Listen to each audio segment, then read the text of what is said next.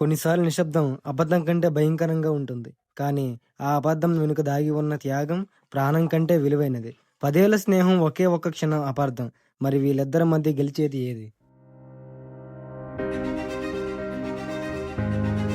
రే శివ ఆగురా, రే నీకు చెప్పేది ఇంట్రా.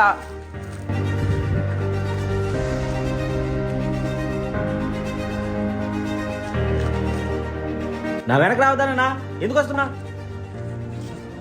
రే శివ, అరే శివ ఆగురా, నేను చెప్పేది కాస్త వినొచ్చు కదరా. రే అరే శివ, శివ ఆగురా.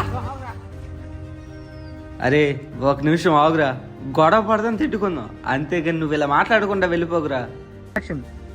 నేను చెప్పేది వినరా. ఏమనాలరా? మా చెల్లి పిల్ల అయిపోవడానికి కారణం నువ్వు కాదా? ఆ రోజు దొప్పు టైంకి అందపడం నువ్వు బాధ్యతడు కావా? అందరూ వేలెత్తి నేను చూపిస్తే కానీ నేను నమ్మాను, నువ్వు ఆ నమ్మకాన్ని చంపేశావు. నీకు నేను ద్రోహం చేశానని అనిపిస్తుందా శివ? అవునరా, మన 10 ఏళ్ళ స్నేహంరా మందే. ఇదే బాధ మీద ఎన్ని ప్రమాదాలు చేసుకోలేదురా. నువ్వు లేనిది నేనేది లేదు అనుకున్నాను రా. కానీ ఏ వాళ్ళ మా ఇంట్లో అందరూ ఏడుస్తుంటే నువ్వు ఏమి తెలియనట్టున్నావు. శివ, ఆ రోజు నీ డబ్బు తీసుకుని వస్తుంటే ఓ నలుగురు నన్ను అడ్డుకున్నారు. నా దగ్గర ఉన్న డబ్బు అంతా ఇచ్చేమన్నారు. కానీ నీ కోసం డబ్బు కోసం వాళ్ళతో కొట్లాడానురా. ఇదిగో వాళ్ళని ఎంతలా కొట్టారో తెలుసా? నా దగ్గర ఉన్న డబ్బు మొత్తం వాళ్ళు పట్టుకెళ్ళిపోవడానికి ట్రై చేసినా నేను వదలలేదు. కానీ చివరికి నన్ను కొట్టి వాళ్ళు మొత్తం పట్టుకెళ్ళిపోయారా.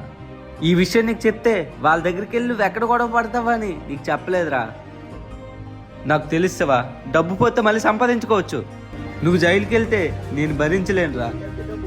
నేను మోసం చేసే ఆలోచన నా గుండెకు రాదురా శివ. కార్తిక్, నేను అంత మాట అన్నానురా, నన్ను క్షమించరా. నువ్వు నా మీద ఉన్న ప్రేమతో ఇంత నరకాన్ని అనుభవించావా? స్నేహంలో క్షమాపణలు ఉండవరా శివ. నువ్వు నా మీద అరిచావంటే అది నా మీద నీకున్న హక్కురా అది.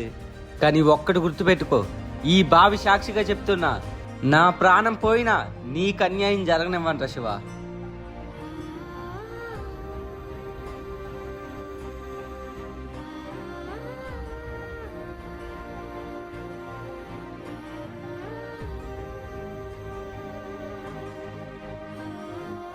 అపార్థం వల్ల విడిపోయిన బంధం ఒక్క నిజం వల్ల మాత్రమే కలుస్తుంది.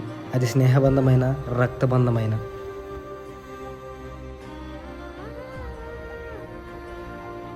This film dedicated by every true friendship.